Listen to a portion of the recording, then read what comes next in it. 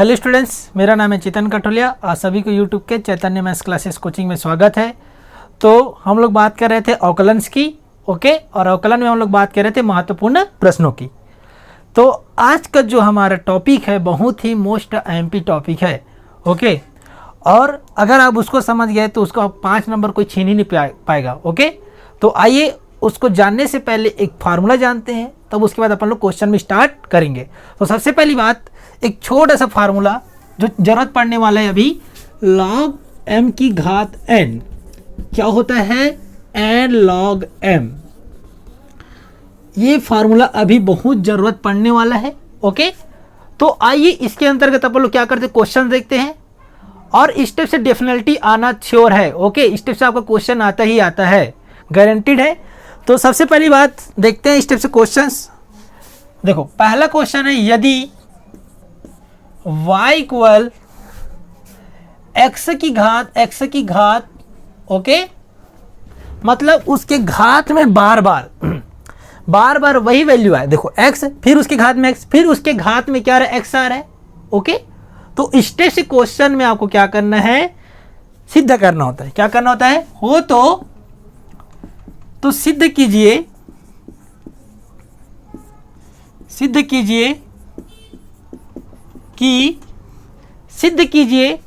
कि क्या सिद्ध करना है, dy by D X equal Y square upon 1 minus Y log X, okay, equal X, okay. आगे बात समझ में, चलो स्टार्ट करते इसके आगे। तो सबसे पहले मैं लूंगा इस पूरे को प्रश्न अनुसार, ओके। क्या दिया प्रश्न अनुसार, तो y इक्वल एक्स की घात, फिर x की घात अनंत तक दिया है, ओके। तो मैं क्या करूंगा, इस पूरे को मैं क्या कर लूंगा, इस पहले वाला वैल्यू तो रहने देना है, पहले वाला को वैसे ही रहने देना, जो उसके बाद आएगा उस पूरे को आप क्या ले लेना, y के इक्वल ले लेना, ओके। अगर यहाँ पे अगर मैं साइन एक्स लिखता, साइन एक्स, ओके, फिर इसके घात में साइन एक्स आता, फिर इसकी घात में साइन एक्स आता, ये लगातार अगर आते रहता तो मैं क्या कर लेता, इसको पूरे y के इक्वल ले लेता, ओके। आगे बात समझ में। तो जब भी आपका बार बार वही वैल्यू आए तो उसको किसके इक्वल ले लेना होता है, y के इक्वल ले लेना होता है, ओके। तो मैं किसके इक्वल ले लूंगा, सभी को y के इक्वल ले लूंगा। आगे बात समझ में आया कि नहीं, ओके। आगे होगा, अब हमेशा याद रखना, अगर उसके घात में चाहे कोई भी वैल्यू हो, उसके घात में अगर कुछ ना कुछ फलन आए, फंक्शन आए, चाहे साइन एक्स से भी क्यों ना आए, तो उसको आप किसके क्या लेना पड़ेगा, लॉग लेना पड़ेगा। तो सबसे पहले इसको दे देना समीकरण 1, ओके। आगे बात समझ में। अब यहाँ पे लिखना कि समीकरण 1 में लॉग लेने पर, अगर आपको ये वाला क्वेश्चन समझ में आ गया, इसके अंतर्गत जितना भी क्वेश्चन आता है सेम ऐसे बनेगा, सेम स्टेप है, सेम आपको समीकरण 1 मान के लॉग लेना पड़ेगा। तो ठीक है, जब लॉग लेंगे तो इस साइड भी और इस साइड भी लॉग ले लेंगे, okay. Log y equal log x की घात y, ओके। तो ये क्या हो जाएगा, जो घात में तो y है वो यहाँ पे आ जाएगा, बेस पे आ जाएगा। जैसे कि घात में n था, कहाँ आ गया, सामने में आ गया, ओके। तो मैं क्या करूँगा, यहाँ पे लॉग y, तो ये y कहाँ जाएगा, सामने आ जाएगा, और क्या बदल जाएगा, लॉग x में परिवर्तन हो जाएगा, ओके। अब यहाँ पे देना समीकरण 2। आगे बात समझ में। अब क्या करना है, यहाँ पे लिखना कि समीकरण 2 में x के सापेक्ष अवकलन करने पर, क्या करने पर, अवकलन करने पर। आगे बात समझ में। x के सापेक्ष अवकलन करेंगे मतलब दोनों साइड क्या लग जाएगा, D by D x, okay. क्या लग जाएगा, डी बाई डी एक्स। इधर भी क्या लग जाएगा, D by D x, okay. आगे बात समझ में, बराबर यहाँ पे भी क्या लग जाएगा, D by D X Y log X, okay. तो यहाँ पे देखा जाए कि यहाँ पे हमारे पास कितने फंक्शन है, 2 फंक्शन है, तो सीधी बात यहाँ पे u इंटू वी का फार्मूला लग जाएगा। किसका फार्मूला लगेगा? u इंटू वी का। ओके, तो सबसे पहली बात है जब log y का अब अवकलन करोगे तो क्या मिलेगा? 1/y तो मिलेगा, लेकिन इसके साथ क्या मिल जाएगा? dy by D x. ठीक है, हमेशा याद रखना y का जब अवकलन करते हो x अक्ष सापेक्ष तो dy बाई डी एक्स मिलेगा ही मिलेगा। तो log y की क्या मिला? 1/y dy by D x. Okay, आगे बात समझ में। अब u इंटू वी का फार्मूला क्या होता है? क्या होता है? तो चलो यहाँ पे देखते हैं। सबसे पहली बात, अगर आपके पास d बाई डी एक्स हो, okay, d by D x हो और यहाँ पे आपके पास 2 फंक्शनों का अवकलन करना हो तो क्या फार्मूला लगता है? तो देखो u d by D X V plus V D U by D X, आपका ये वाला फार्मूला लग जाता है। ओके, तो चलो आइए सबसे पहले इसका क्या लिखेंगे? 1/y dy by D x. Okay, यहाँ पे 2 फंक्शन होने के कारण ये वाला आपका फार्मूला लग जाएगा। ओके, तो सबसे पहले देखो u के रूप में आपके पास क्या है? y है। Okay, d by D x. आगे बात समझ में। v की फेस में आपके पास क्या है? log x धन। ओके, उसके बाद आपके पास क्या है? v, और v के फेस में आपके पास क्या है? log x d by D x. Okay, और इस बार u के, अब इस बार u को अंदर मतलब अवकलन करना है तो u के फेस में हमारे पास क्या है? y है। आगे बात समझ में आया कि नहीं? आ गया। चलो 1/y dy by D x. Okay, y जब हम लोग x का सापेक्ष अवकलन करते तो इसका फार्मूला क्या होता है? log x का 1/x हो जाएगा। ओके, धन log x का log x मिलेगा और dy बाई डी एक्स का dy बाई डी एक्स मिल जाएगा। आगे बात समझ में आया कि नहीं? आ गया। चलो इसके आगे और बढ़ाते क्वेश्चंस को।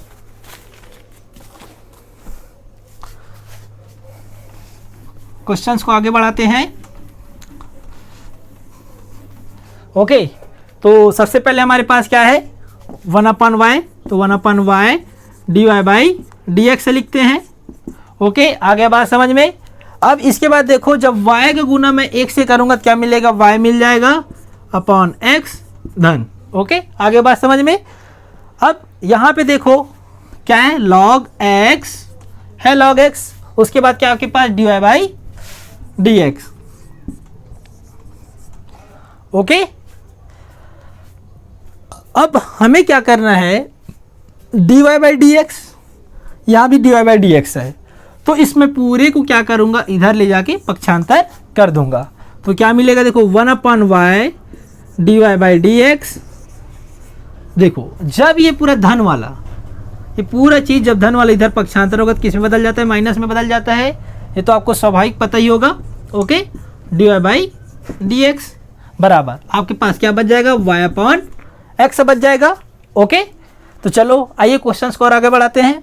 यहाँ भी आपके पास dy बाई डी एक्स है और यहाँ भी आपके पास dy बाई डी एक्स है। ये क्या निकल जाएगा? कॉमन निकल जाएगा और आपके पास क्या बचेगा? 1/y माइनस log x यहीं पे रहेगा। ओके, ये तो बाहर निकल चुका है और यहाँ पे आपके पास क्या बचा? y/x। ओके, देखते हैं और आगे इसके।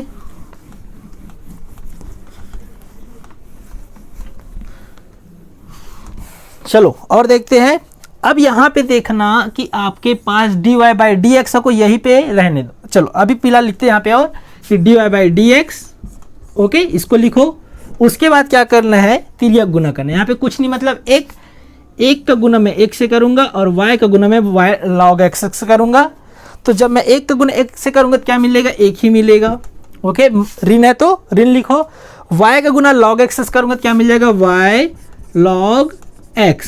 ओके, आगे बात समझ में। और नीचे में आपके पास क्या है? y और 1 है, तो y और 1 का गुना करूंगा तो क्या मिलेगा? y ही मिलेगा। आगे बात समझ में। और नीचे में क्या है आपके पास? y upon x। क्या है आपके पास? y अपॉन x है। ओके, अब मेरे को dy/dx का वैल्यू निकालना है तो बाकी चीज़ों क्या कर दूंगा, अगले और ट्रांसफ़र कर दूंगा, मतलब पक्षांतर कर दूंगा। तो सबसे पहली बात है कि जो ऊपर वाला होता है पक्षांतर करते हैं तो अगले और नीचे में चला जाता है, जो नीचे वाला होता है ऊपर चला जाता है। तो यहाँ पे अपन लोग क्या करेंगे, तिर्यक गुना कर देंगे। ओके, तो dy/dx बराबर लिखो, जब y का गुना y से करेंगे तो y² मिल जाएगा।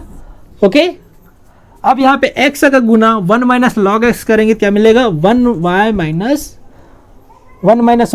log x। ओके, तो ये आ गया आपका आंसर। अपन को यही सिद्ध करना था, कर लीजिए। ठीक है, कर लिए। तो dy/dx इक्वल क्या है, y² upon x 1 - y log x। अपन को यही सिद्ध करना था। आ गया समझ में कैसे बनाते हैं, पूरे स्टेप बाय स्टेप आप बाकी क्वेश्चंस को भी बना सकते हो। ठीक है, चलो आप लोग के लिए होमवर्क है sin x की घात sin x, यहाँ पे क्या आपके पास y इक्वल है, फिर sin x है, फिर इसके घात में x है। इस पूरे को किसके बराबर ले लेना, y के बराबर ले लेना। फिर y equal second question cot x, फिर उसके घात में क्या हो cot x हो, फिर उसके घात में क्या हो cot x हो। तो इस पूरे को आप क्या ले लेना, y की इक्वल ले लेना। फिर तीसरा क्वेश्चन देखिए tan x, फिर उसके घात में tan x हो, फिर उसके घात में क्या हो tan x हो, इसको भी बना लेना। ओके, 2 क्वेश्चन और दे रहा हूँ, बहुत ही मज़ेदार क्वेश्चन है, बहुत ही मज़ा आएगा। अगर आपको ये समझ में आ गया तब बाकी क्वेश्चंस को भी बना सकते हो। ओके, और ऐसा टाइप का क्वेश्चन आना श्योर है। और एक क्वेश्चन और y equal tan x cot x sec x, फिर sec x, ओके, फिर sec x। एक क्वेश्चन और है रूट x, फिर रूट x, फिर रूट x बार बार आ रहा है, इन दोनों को y ले लेना, रूट x की पावर y बन जाएगा। ओके, तो ये रहा आपका 5 क्वेश्चंस, और कमेंट में जरूर बताइए कि आपके यहाँ पे कौन कौन से क्वेश्चंस बना। ओके, पूरा वही कॉन्सेप्ट के आधार पे आपको क्वेश्चन बनाना है। Okay, thank you.